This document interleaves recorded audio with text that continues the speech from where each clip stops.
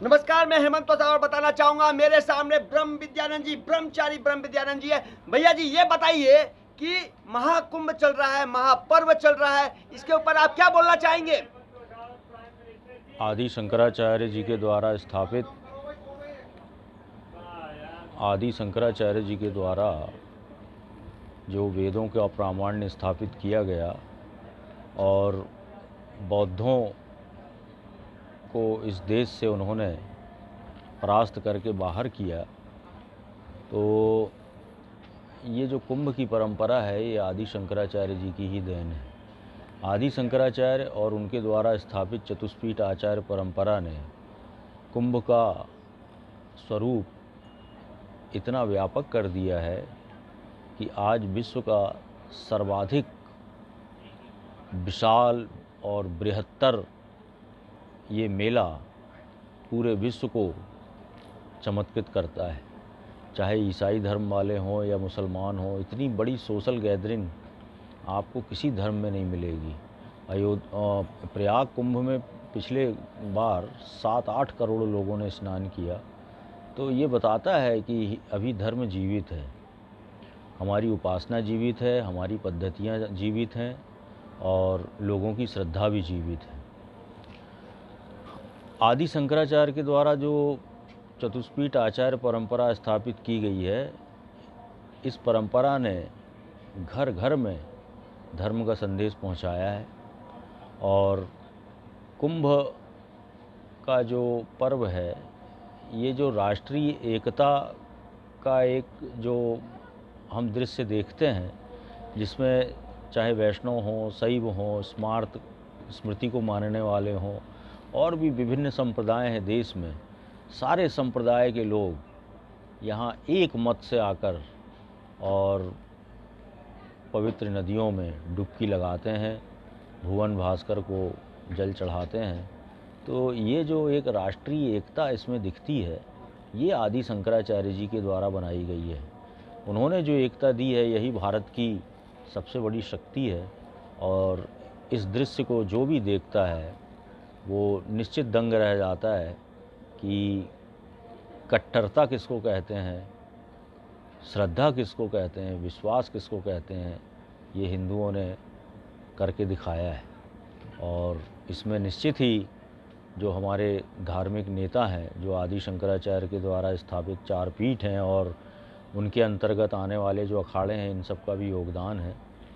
और ये तो एक वैदिक पौराणिक बात हुई कुंभ को लेकर, लेकिन दार्शनिक बात ये है कि मेष राशि में सूर्य का जब संक्रमण होता है और कुंभ राशि में गुरु होते हैं, तो एक ऐसा अद्भुत नक्षत्रीय योग प्रकट होता है जो कुंभ नाम से जाना जाता है। और उस दिन उस योग में हरिद्वार में एक ऐसा वातावरण निर्मित होता है जो स्नान करने वालों को ज्ञान प्रदान करता है, एक दिव्य पुण्य उनको प्रदान करता है। हमारे यहाँ अग्नि से जल की उत्पत्ति मानी गई है, तो अग्नि स्नान तो कोई कर नहीं सकता, लेकिन उस अग्नि की जो सूर्य है उसकी सारी शक्ति जो है जल में निहित होती है। और जल में स्नान करने से वो जो सूर्य का जो दिव्य तेज है वो स्नान करने वाले को मिलता है और उसका जीवन दिव्य होता है। और ऐसे भी कहा जाता है, गंगा पाप ताप संताप तीनों का नाश करती है। तो इस समय इतनी भयंकर गर्मी में जो शीतलता चाहते हैं, जो शैत्य को चाहते हैं, उनको गंगा शीतलता प्रदान करती है। और जो अपने पापों को नाश करना चाहते हैं, जो अघनाश करना चाहते हैं, उनको गंगा जो है निष्पाप बनाती हैं। तो यही सब बातें हैं कि स्वर्ग में बैठे हुए देवता भी कहते हैं, अहो अमीशाम किमकारी शोभनम प्रसन्न एषा स्विदुत स्वयं हरि यैर्जन्म लब्धम निशु भारताजिरे मुकुंद सेवौ पैकम स्पृहाहिनः।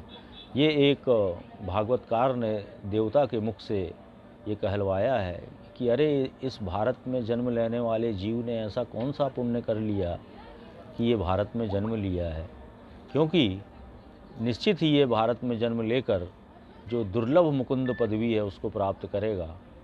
तो ये सही है। यहाँ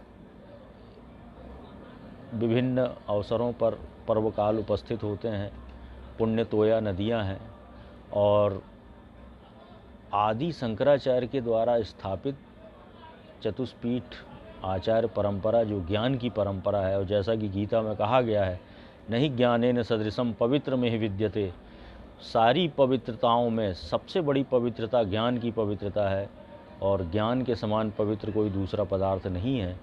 तो जो मोक्षार्थी हैं उनके लिए ये गुरु परंपरा है, और जो सामान्य गृहस्थ हैं उनके लिए 12 वर्ष में आने वाले जो पर्व हैं, कुंभ पर्व हैं, उससे वो अपने जीवन को धन्य बनाते हैं। तो इस तरह ये धन्य धरा भूमि भारत की है, जहाँ अमृत की प्राप्ति होती है। अमृत का मतलब कि अपने स्वरूप की प्राप्ति, स्वरूप को प्राप्त होना ही अमृत है। चिरकाल तक जीवन का नाम अमृत नहीं है, वो तो देवताओं को भी उपलब्ध है, लेकिन देवता भी जिस अमृत के लिए तरसते हैं वो है अपने स्वरूप की प्राप्ति, और वो स्वरूप हमारा अधिष्ठान है, उसको हम जान लेंगे तो वही अमर होना है। तो सर्वे भवन्तु सुखिनः सर्वे सन्तु निरामया सर्वे भद्राणि पश्यन्तु माँ कश्चित् दुःख भाग् भवेत्, यह हर कुंभ का एक स्लोगन होता है। लेकिन इस बार कोरोना के कारण जो उदासी कुंभ मेले में देखी जा रही है, तो इससे हम लोगों का हृदय व्यथित है, क्योंकि हम लोग सनातन धर्मी सर्वे सहना भवतु सहनौ भुनक्तु सह वीर्यं करवावहि, इन सब चीज़ों पर विश्वास करते हैं। साथ चलें, साथ बैठें, साथ पुण्य का अर्जन करें। तो आज हमारे भाई लोग और सनातन धर्मी जनता कोरोना के कारण इस पर्व में नहीं आ पा रही है, तो इस सब का हम लोगों को बहुत खेद है। और लेकिन यह भी आवश्यक है, जीवन नरो भद्र सतानी पश्येत, जीवन होगा तो आगे के पुण्य काल को भी हम जो है भुना सकेंगे, उन पुण्य पर्व कालों का उपयोग कर सकेंगे। लेकिन जीवन ही नहीं रहेगा तो सब कुछ फिर यहीं ख़त्म हो जाएगा, इसलिए जीवन भी मूल्यवान होता है।